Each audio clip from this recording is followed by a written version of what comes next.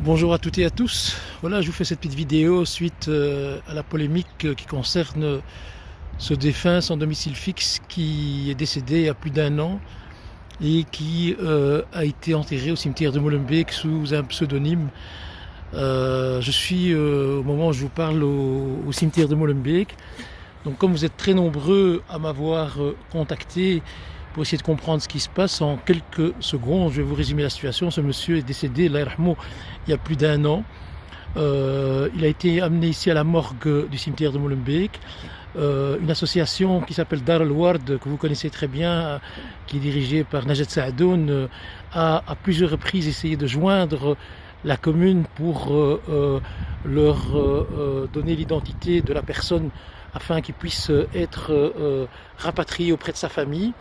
Le consul général du Maroc en février 2022 a lui-même écrit directement à la bourgmestre et malheureusement une semaine après son décès il a été enterré ici au cimetière de Molenbeek sous un pseudonyme. Alors j'ai été choqué d'abord par le choix de ce pseudonyme. Je vais vous laisser découvrir vous-même comment est-ce qu'ils l'ont appelé. Et en plus, il est de confession musulmane, son identité a été donnée. Le consul général a confirmé cette identité avec un acte de naissance, avec une copie de son passeport. Et je n'ai pas de mots pour vous parler de ce que je découvre à l'instant. Je vais vous montrer non seulement le nom qu'ils ont utilisé, mais en plus, on l'a enterré dans un cimetière qui n'était pas de sa croyance, il était de confession musulmane. On l'a enterré dans un cimetière chrétien avec une croix, avec le nom d'une personne qui est très chère, qui m'est très chère, pardon, qui a connu des moments difficiles et qui est en train aujourd'hui de se battre dans le cadre du procès des attentats de Bruxelles.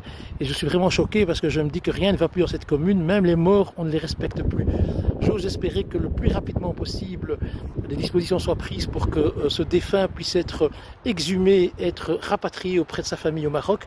Tout est mis en place, le consulat général du Maroc est prêt à prendre en charge le coût du transfert, mais il faut simplement aujourd'hui que le parquet puisse réagir avec un jugement rectificatif afin que la bourgmestre puisse enfin se réveiller et donner des instructions pour qu'on exhume le corps et qu'il puisse être envoyé. C'est une véritable honte.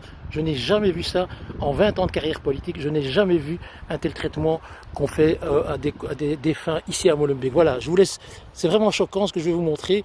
Mais voilà, je laisse les images parler d'elles-mêmes parce que sinon je risque de dire des mots qui vont dépasser ma pensée et on pourra me le reprocher. Voilà, je vous laisse, voilà, je laisse découvrir. Voilà.